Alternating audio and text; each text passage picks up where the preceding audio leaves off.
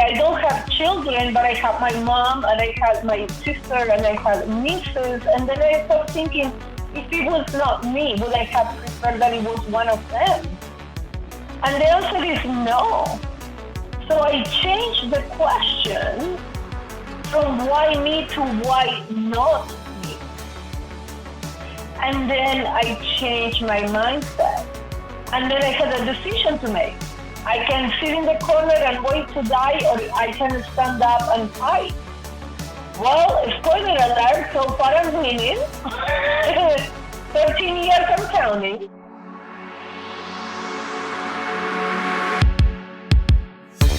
Welcome to OTR, Over the Rainbow, Achieving Mental Health for Real. This podcast offers hope to many people who needlessly suffer from mental health issues. Your host, Bob Adelman, brings you information on how you can recover from any mental health issue and achieve a happier life. If you want to know more, please check out his trailer. Bob's notes on today's show follows.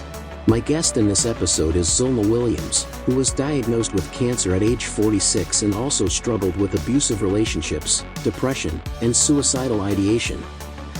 Zulma was born and raised in Buenos Aires, Argentina, and immigrated to the U.S. at age 31.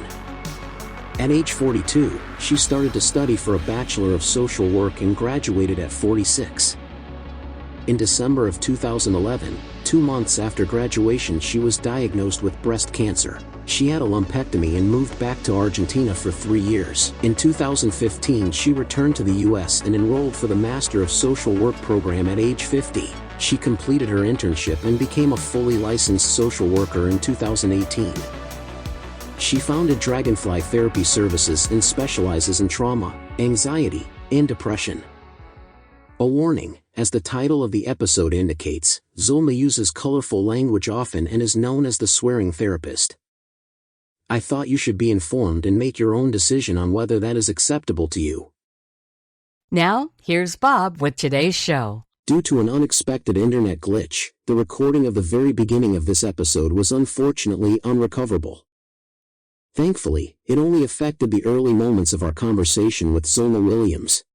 We pick up right to the first main question, how she could help with social and performance anxiety.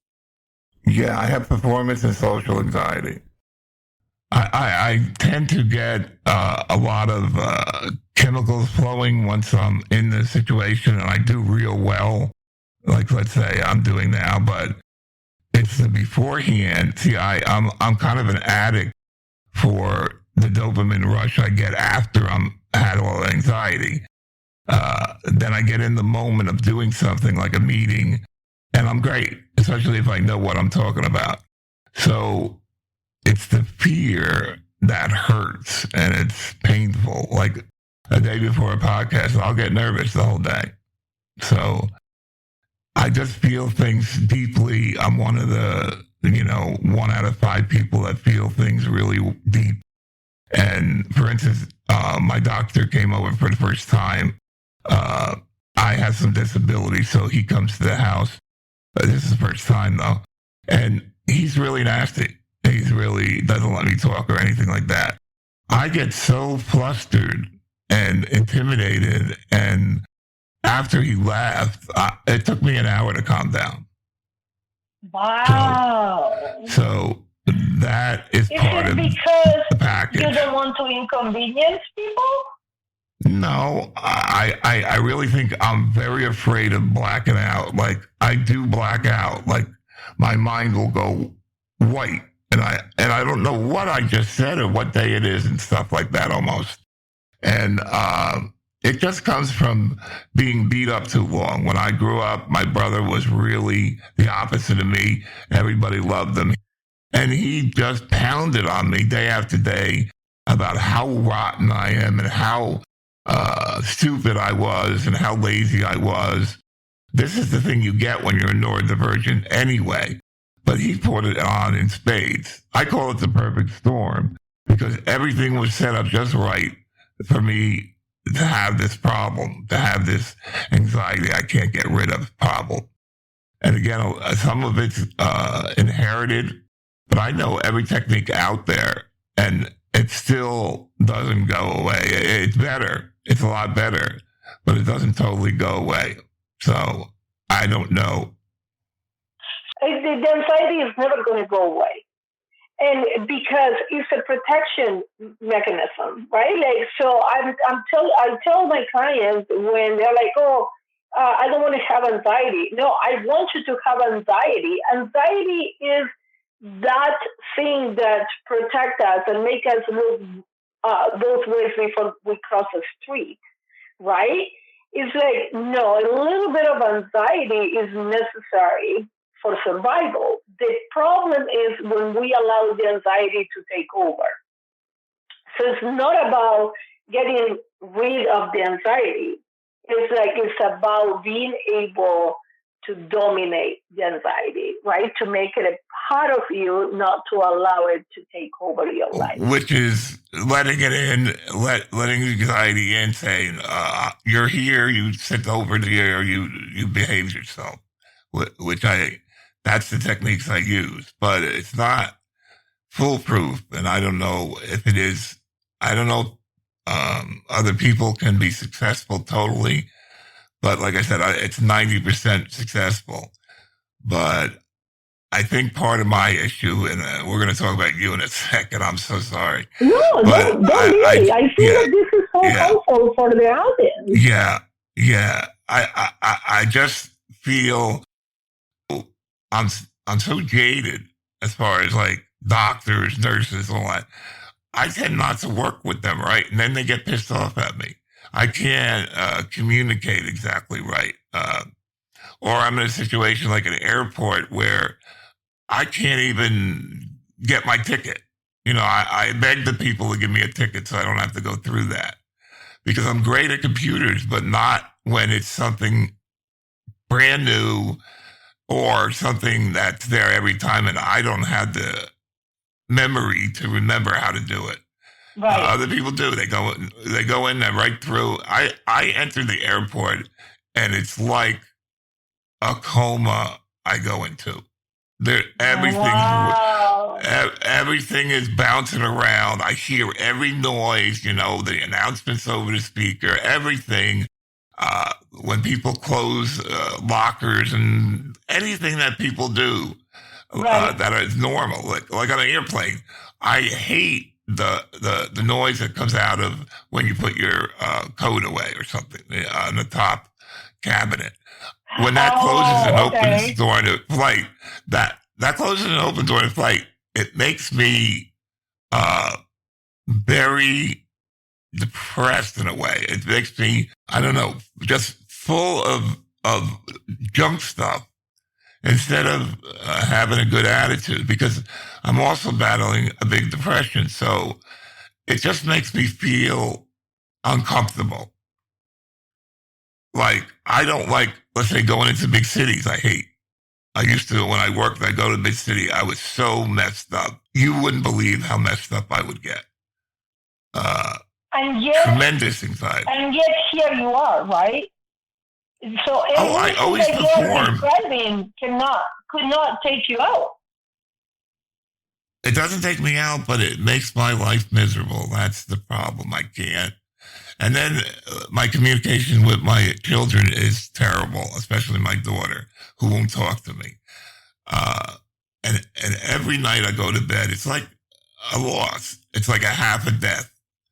Because every night I go to bed and say, why are my children why do they not like me? So it's hard for me to deal with that kind of thing every night, day in, day, every night. Whenever I'm not doing something, where I rest and I get a chance to think, it's always the same thing. My children don't like me. They're so different than me. They're neurotypical and I'm neurodivergent. And that's just the way it is. Right. They blame me for everything. They blame me for the divorce. They blame me for everything. And they team up on me.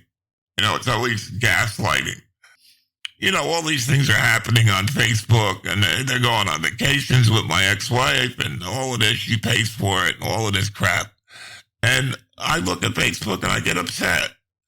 And then, I'm not getting any healthier or younger. So I'm 67, so I just feel that I don't have a good way to handle death. I don't know if you go into that at all, but right. So instead of asking, I will encourage you, instead of asking why is this happening, I will encourage you to change the question to what am I learning from this situation? Why is you are not going to, even if you know why, it's not going to make you feel better. But when you change the question from why they don't like me to what am I learning about myself and my children because of their attitude toward me, then it's not a wasted opportunity to do better, to do different. Now, you might do different, and they're not gonna like you. That's fine. Like it's their decision. Yeah, it sounds like they're being poisoned by their mother, and they are choosing to believe her because she's paying for a tree. Yes. Well, because I'm so weird, so I must be the problem. So they're going to put up with me. They're not going to like me, but they're going to put up with me, and they're going to ignore me. So you are so weird. It's like, do you have anybody in your life that you can count on? Yes, I have a partner that I live with a partner. I call my sister, like when the doctor upset me, I call my sister because she's a saint. But, so how come that these people love you despite your weirdness? So it must not be because you are weird. It's because I'm ignorant, or I don't want to put up with it. I don't want to learn. I'm weird for my children, and I'm weird for my siblings. I understand that. But listen to what I'm saying. It's like they are using your illness, your diagnosis, as an excuse to please their mother because she's paying for trips. Okay, yes. I don't want to upset mom and then go on a trip. So then it's not because you're weird. It's because I don't want to upset mom for my own benefit. And they're good people. Don't get me wrong. They're great people. That hurts me worse because if great people become such a dick. They don't have to be bad people. They are great people who are making not the best decisions when it comes to their father. Now, there are a lot of components. Like, we don't know what your ex-wife told them about you. So it's like they have a distorted view of reality. They don't even know who the fuck you are. Because the picture... they don't. Right. So then how the fuck is it because you are weird? They don't know who you are. Well, it makes it worse because when they were teenagers and young adults, I was their hero. You know, I was an adult that didn't act like a dick. And we used to make fun of adults, in a sense. But the minute they became adults and they got religion and they got politics, political viewpoint, I'm out. Because I don't believe in Trump and I don't believe in, their religion. I'm agnostic. And they look at me like, I got two heads. What are you talking about, Dad? We're going to go to heaven. You're going to go to hell. They told me I was going to go to hell. Okay. And their friends tell me that. About where I'm going. I'm in hell right now because of what your fucking attitude. I said it can't be much worse. I said it can't be much worse than this. In order to go to hell. But the thing is that you are standing in front of the apple tree asking for oranges.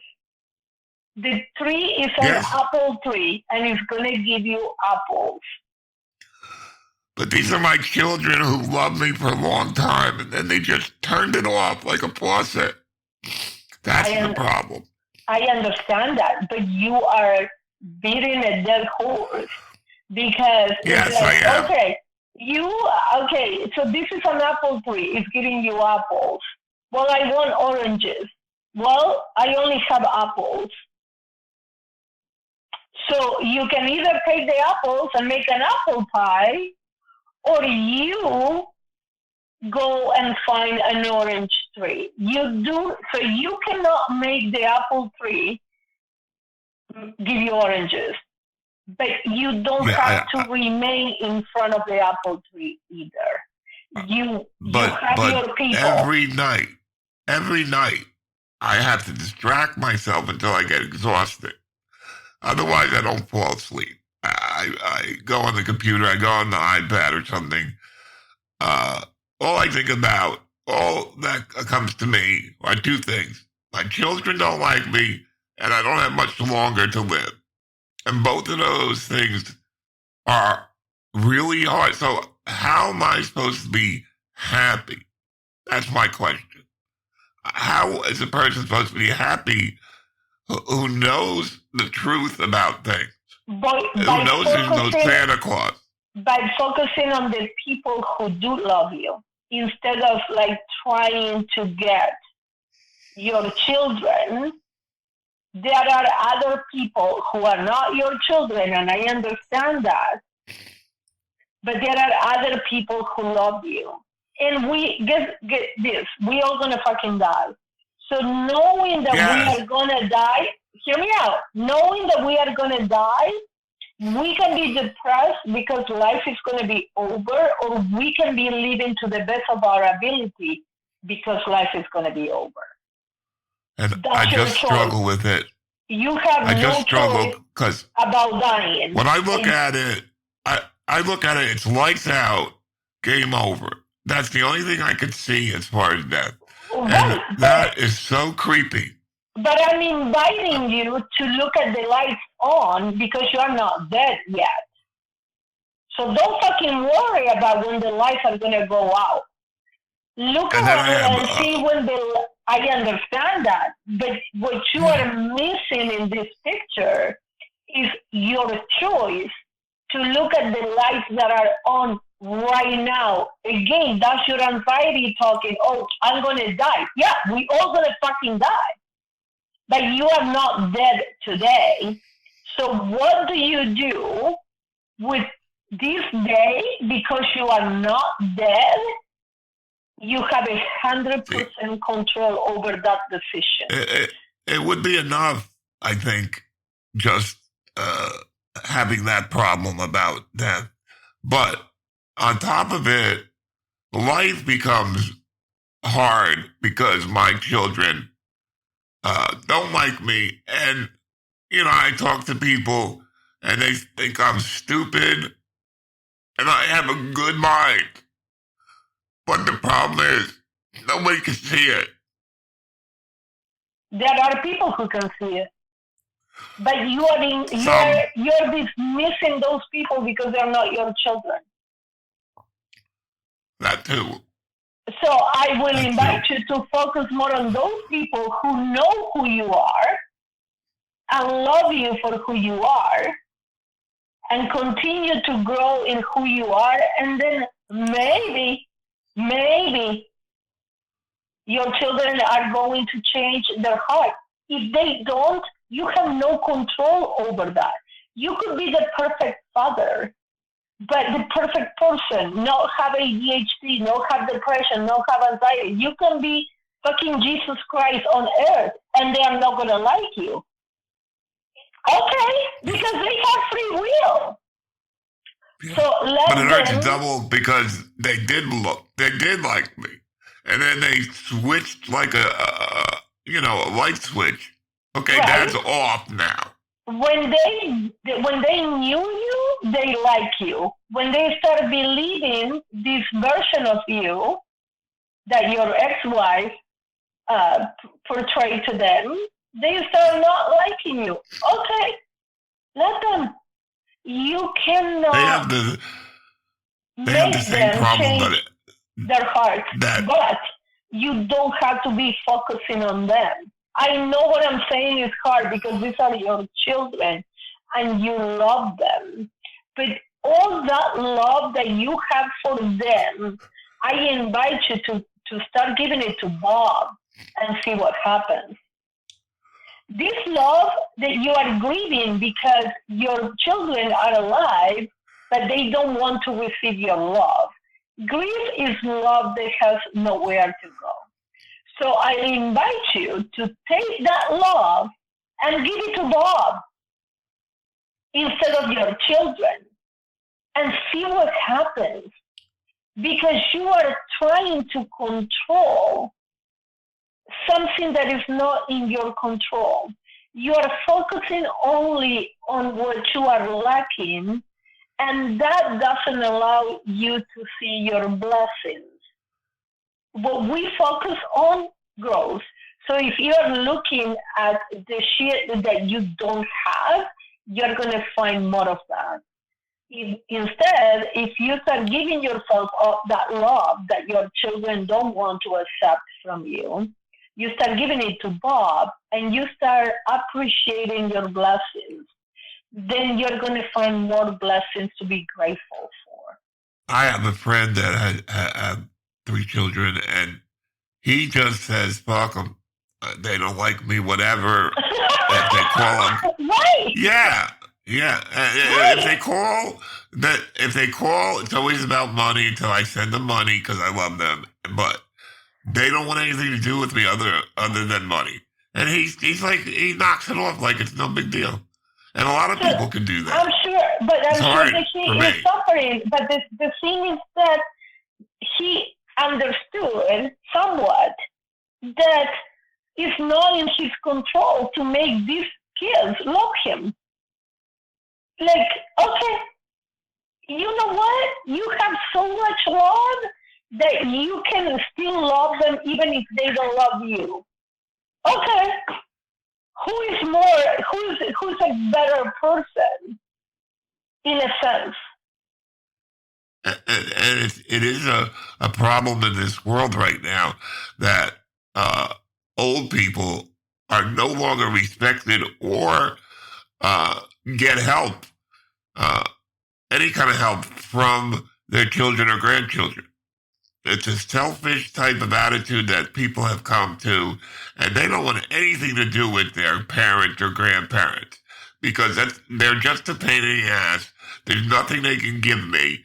They're not really wise. That's a myth. And so I'm just going to ignore and put up with them and put my hand out. And they say, okay, talk to the hand. That's the communication that I begged my oldest one, because he's the most cooperative, to go into counseling so we could lay it all on the table.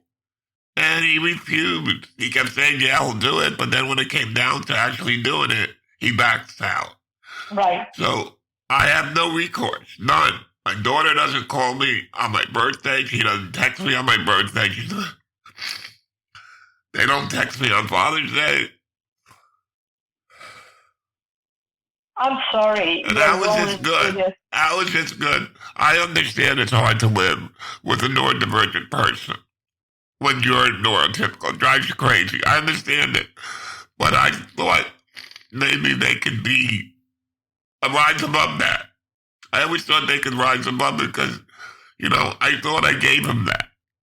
When they were children, I thought I gave them enough love so they don't have to be so insecure because of the divorce. When the divorce came, they all got crazy insecure. My son came down to South Carolina. He became a youth pastor, and I'm proud that he was able to succeed like that. And I'm really grateful that they aren't like me when they see no problem with death. They're just going to go to heaven. Maybe a little bit of problem, but not like I have. And they are just the way everyone else is, I think. I mean, there's so many people I talk to, and it's just, my kids don't even care about me.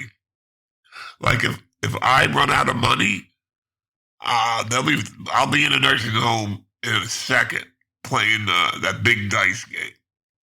Right. And that would drive me crazy because I'm a very intellectual person. I need stimulus for my brain. I can't just sit there and watch TV all the time.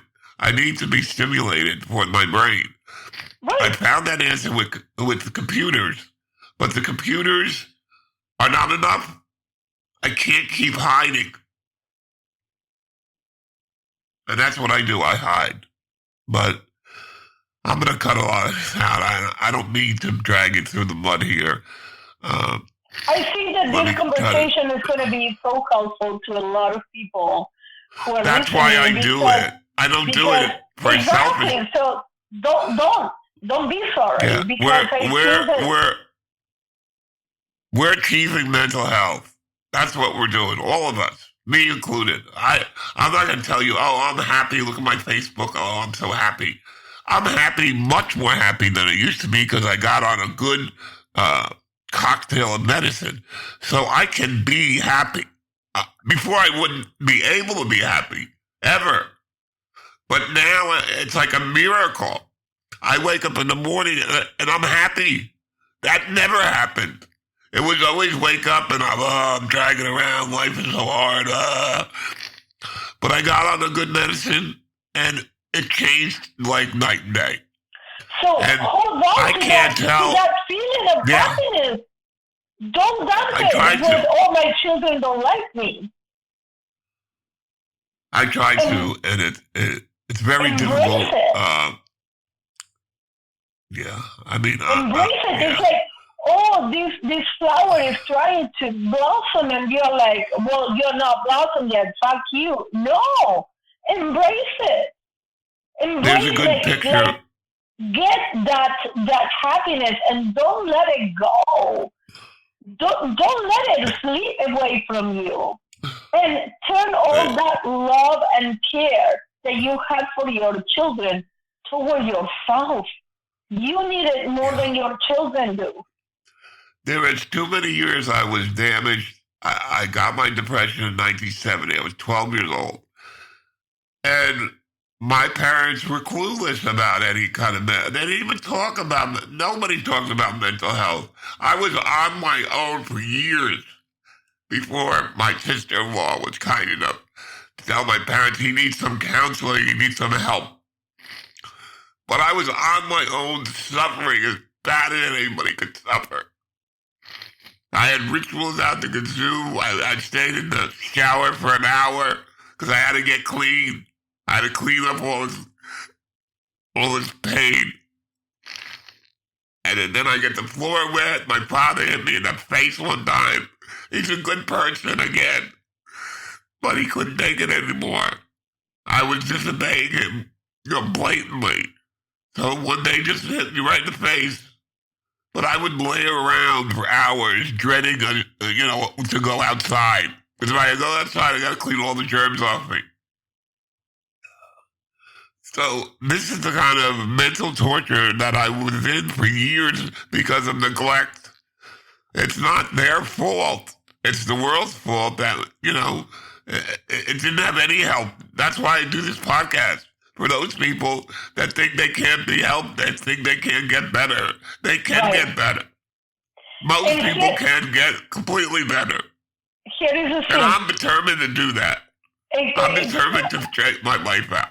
And I'm so glad to hear that, because you have no control over the world and everything that happens, but you have 100% control over how you respond to what's happening. Yes, so, I do, and I'm working on it. You still have full control. So when you are feeling happy in the morning, grab onto that and don't fucking let go. Like, why would you allow anybody? The demons come through. If I do something successfully, I'm like, oh, I can't do it successfully. The demons start talking and telling me, oh, you can't do it. You just can't do it. Forget about it. I'm going to give you this horrible anxiety pain if you try to do it. But I fight through it. Like, you need to shut the fuck up. Sit there and be quiet. I'm going to fucking do it. Yeah. Independently of what the demon is saying. So you are in charge. You are the CEO of Bob's life. And I'm not alone here. There's an entire world trying to get away from their demons. I think on Earth.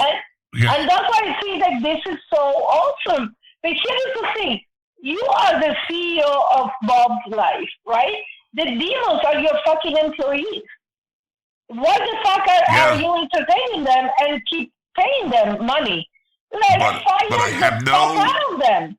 Yeah, I have no self-esteem, I guess you could call it. I started agreeing with him. Well, yeah, you're right, because of this and that and the other. This guy doesn't like me. This guy makes fun of me. This guy calls me a clown. I got abused at work as well. Everywhere I went, I got abused. And I talked to another guy.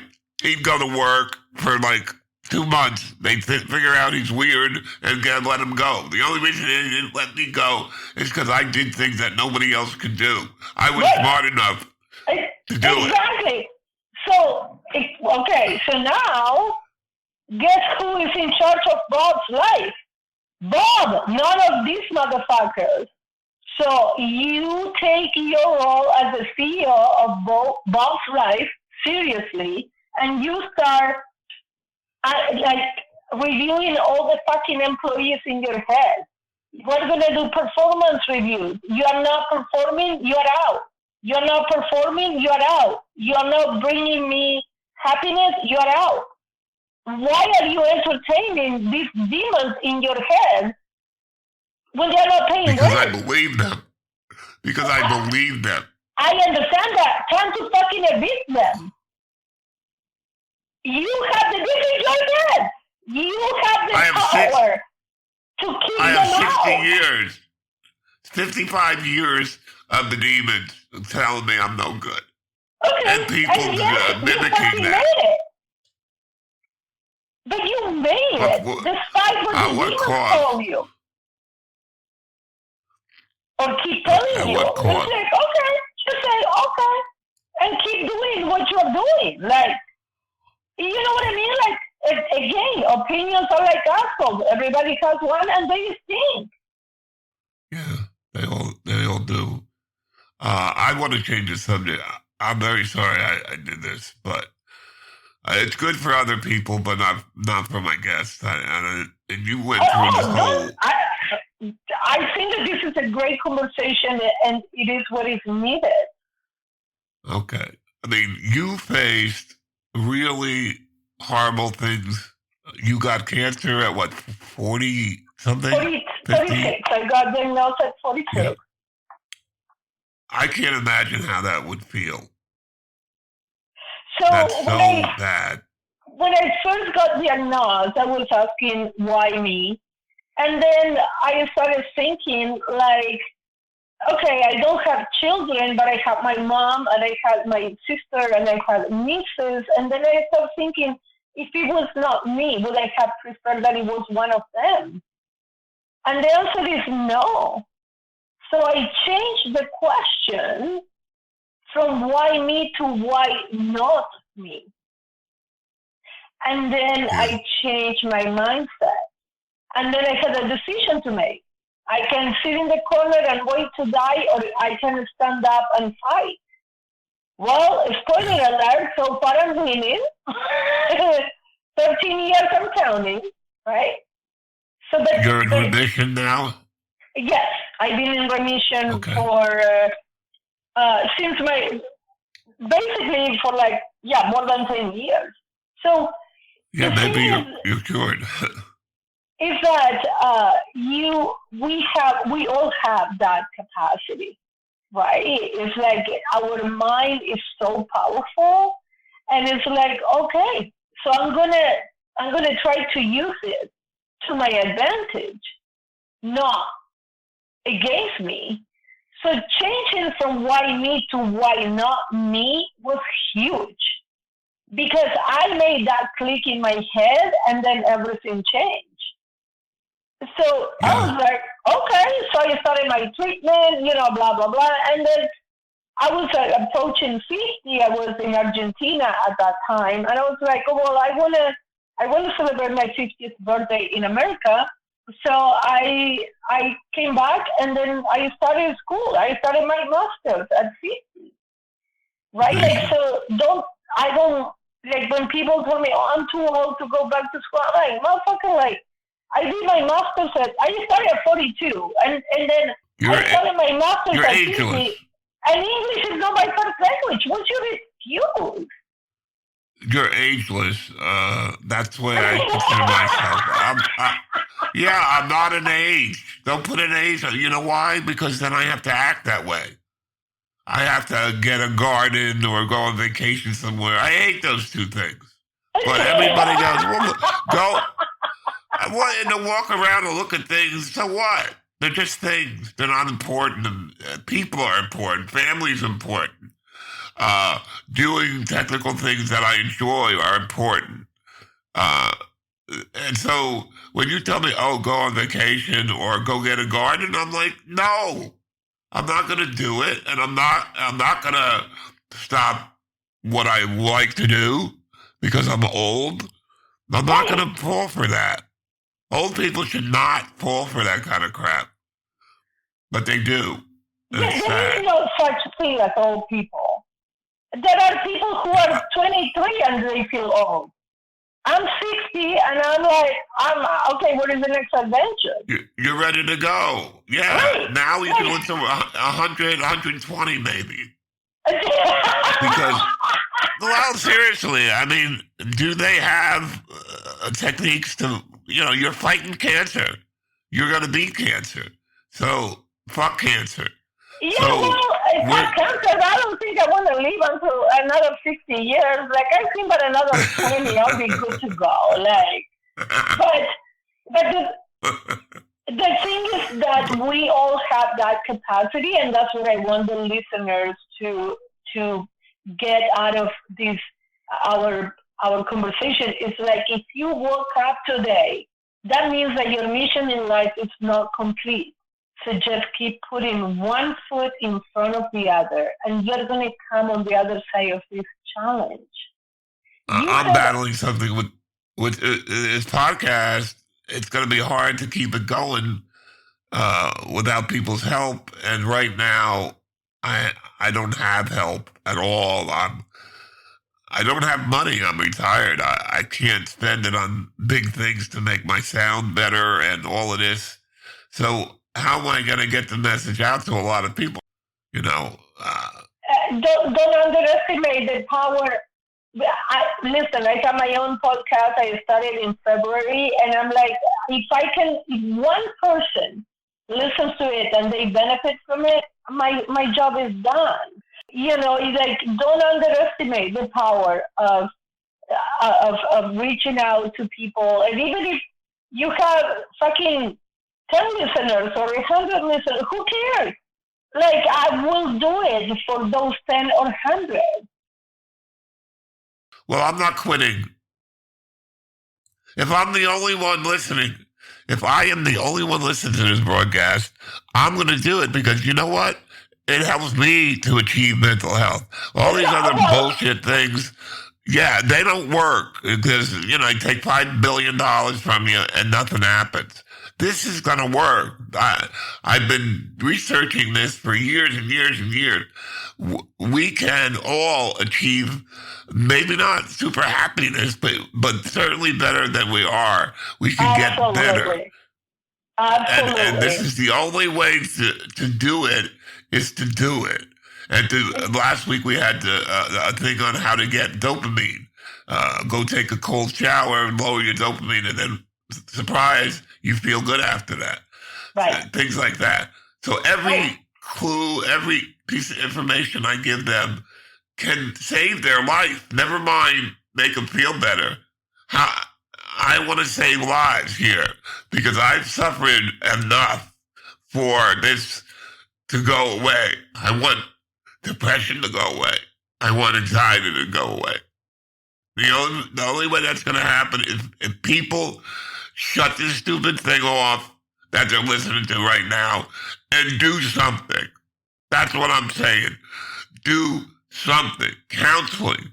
Don't dismiss the drugs. If you cannot get it without drugs, try the drugs because they work. They just work. Yes, you'll have all sorts of problems, whatever, and you'll be embarrassed that you're taking drugs for mental health. But it's an organ. They don't understand. It's like the heart, like everything. It's an organ, and the doctor will say, here you go, here's something that can help you. It's not a myth. If you have a diagnosis of diabetes, you will take the insulin, right? Because it's going to keep you alive. If you have a heart problem, you'll take heart medicine. Yeah, people don't understand that this has to be over. All of this stupidity has to end. And then guess what? We'll have a place that we're proud to and happy to live in instead of the mess that we have now. And everybody knows it's a mess. Yes. Everybody knows it's a mess. And everybody agrees that, we are full of anxiety and depression. Why? Well, one of the reasons is because we don't work, real work, for your body. If you go out there and exercise in the morning as hard as you can, I guarantee you'll feel better. If you eat right, you'll feel better. Yes. There's no excuse. I mean, people have to get off their ass and fix this. And there's no bigger problem in this universe than mental health. It's everything. And ADHD is a killer. It's a killer problem. It's not this little thing where the kid backs up in class. It strips away your everything. It strips away your confidence. How can a person be confident if they're always getting hit on the head? How can they? I just don't know why people hesitate to help themselves. They have to learn to love themselves. I guess that's the answer. A lot of times it's because they feel as if they're not worth it of being helped. Right. And that is the biggest and our society doesn't promote mental health. Well, our society promotes just don't do it. No, that's the symptom of the problem. The kids shoot out the classroom. I guarantee you those kids were abused terribly. Not just a little bit, but terribly. I had tried to mentor a kid with one of these good brother things, and he was a foster kid, and he was terrified that I would leave. They would make me go away, and it came true. I bought him a nice gift for Christmas, and he was like, oh, my God. The mother flipped out. The foster mother flipped out and said, I don't want this guy next to my kid anymore because my kid just makes him do things, which is ridiculous. I bought him something that would help him, and the thanks I get. And then she went and she kept it and gave it to her kids. There's people out there suffering right now because they're in a foster system where the parents don't care about anything but the money they're getting for this kid. How much can I get for this? And that's our whole society. When I went into podcasting, they said, how much money can I make as a podcaster? That's all people care about is the god of money and of power, which is totally wrong. Talk about a hell. But you can't be happy that way. You're only happy if you have an authentic self, that you could be who you are. And right now, most people aren't like that. I love the conversation. I hope that your listeners find this helpful. I think that it's being raw and real, and I love it. I'm sorry that you are suffering the way that you are suffering. Yes. But quickly, please tell us a little bit about your podcast and where we can reach you and get help from you. Yes, of course. So my podcast is called Keeping It Real with Zulma the Swearing Therapist, and you can listen to in any platform that you listen to your podcast. And people can reach me at Instagram at the Swearing Therapist. And my website is dragonflytherapyservices.net. I'm licensed in Nevada, so if people are not in Nevada, I cannot provide services, but they can reach out to me anyway, and then we find the best referral that is available for them. We can find it together. So it's been an absolute pleasure. Again, I'm so sorry. Yeah, you were beyond patient. I screwed up a few times, and it didn't even bother you. I don't think that that's you beautiful. screwed up. I think that like the system was not cooperating, but I don't think that it was you. So it's like, okay, I'm glad that we got it to work, and all your links from podcast, all the links from Podmatch will be in the description of the program. So I just want you to know that we're going to have that available for everyone.